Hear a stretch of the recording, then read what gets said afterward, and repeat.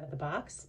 I am coming to you not from my kitchen right now, but from my office, where I have been doing a little research on recipes that I can show you. And I decided today to talk about sweet potatoes. They really are one of my favorite things to cook, and I thought I'd kind of tell you a little bit about why that is. So sweet potatoes, I'm pretty sure everybody knows what a sweet potato looks like, but in the event that you don't, it's a potato that's orange on the inside, kind of like a carrot, and they are really readily available everywhere you go. You can find them fresh, you can find them canned. They are not expensive.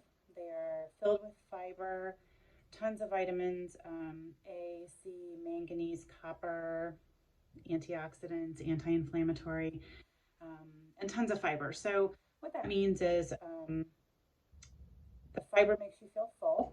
So when you are feeding them to your family, it's going to stick with them, which is great. It is a food that is usually pretty pleasing to kiddos because it's sweet and doesn't take a lot of coaxing to get them to try it. And in the case of canned sweet potatoes, they are super fast to prepare. So I thought I would show you a little bit about the plant itself and how they grow and how they are harvested. I actually took a little video of my plants in my garden a few weeks ago, and thought that might be interesting as some of you think about gardens for next year. And then we're going to switch gears and head to the kitchen and create a delicious sweet potato soup that I think you're going to love. So I'm going to dig just kind of here under the plant, and I don't know if you can see that. That's part of the potato that I just chopped. So we'll kind of try to loosen around it and see what we've got underneath. There we go. See what else we've got. But a super fun plant again for kids. Oh, yep. See, here we go. Put my trowel underneath and pop that out. Oh, that's a pretty good size one. Looks like there's some more. So anyway, these are delicious, nutritious, and fun to grow, and we are going to have some fun cooking with them a little bit later in the week. Hey friends, it's Elizabeth Morse. Welcome to Cooking Outside of the Box. Today we are going to make sweet potato soup. I thought I would run through the ingredients with you and then show you how to do it. It's a great soup for fall, a great way to take advantage of all those canned yams that we see everywhere on special right now. So I've got 2 cans of canned yams. I have got, and this is optional, I've got about 8 strips of bacon that I'm going to use. If you don't want to use that, you can just use whatever fat you have on hand, butter or a little oil.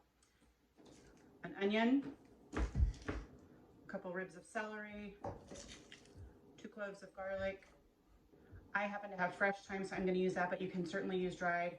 Some parsley flakes, and I've got milk. You can use coconut milk or almond milk if your family prefers that. And finally, some chicken broth. So I'm going to give you a little overview of what we're going to be doing, and then I'm going to show you how to do it yourself. The first thing I'm going to do is chop up the bacon, and I'm going to put that in the pot, stick that on the stove over medium heat and get that crisped up. As soon as that's done, I'm going to pull the bacon out, add the onion and let that soften and caramelize a little bit. Then we're going to add the remaining ingredients, and I will show you how to cook it down and how to puree the soup and make it smooth, and then what I like to do to garnish and serve it.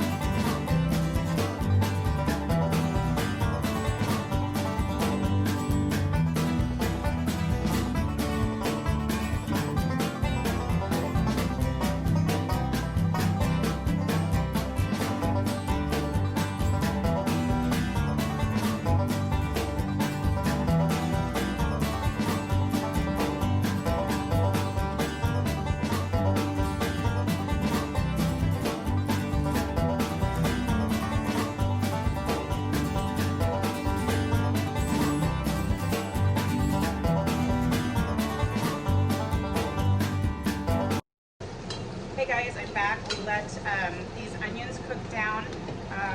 See there, color, pretty translucent and starting to get brown. That's exactly what we want. They're caramelizing. So now, and I'd say that probably took about 3 minutes. Just kind of watch them. And now what we're going to do is we're going to add the remaining ingredients. The soup is super simple. So I've got the garlic, the thyme, and I used fresh, but you can definitely use dry if that's what you have, and celery. So I'm going to dump that in. So I dumped in those other ingredients. You can see just kind of sauteing and softening. Now I'm going to dump in 2 cans of sweet potatoes. The juice is still in there. If you have 1 large can, that works just fine as well. I'm going to dump in 4 cups of chicken stock.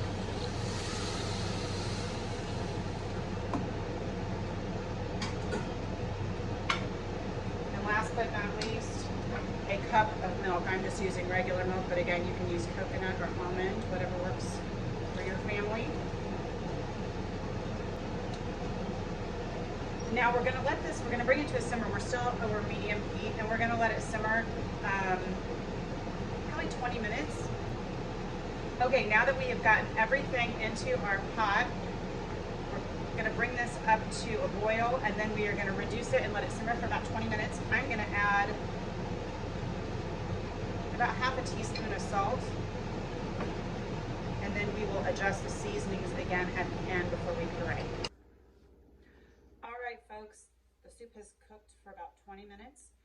Your potatoes are already soft, so you probably don't need to go quite 20. If you're in a hurry, probably be okay to go a little shorter on that time.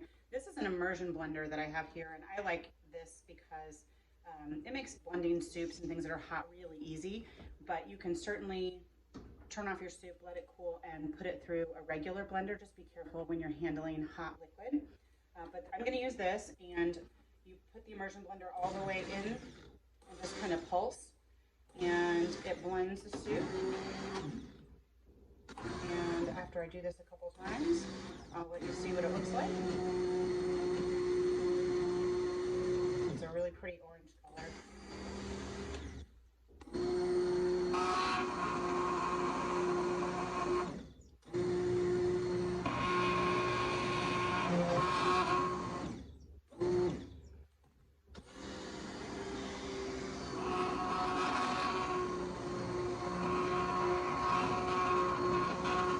I like my soup to be super smooth, so I let it go for kind of a little while.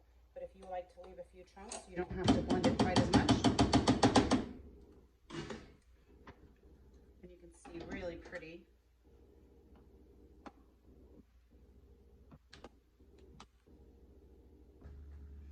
All right, our soup is finished. I'm going to ladle some of it into a bowl and show you how I like to serve it. It smells great. It's super creamy, if you can see it there. So we saved some of our bacon from earlier, and I'm going to sprinkle a little bit of that on the top.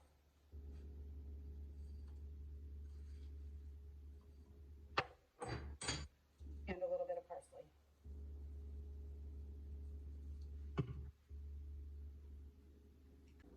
All right, guys, I've got my soup all ready to go, served up. I'm going to give it a taste.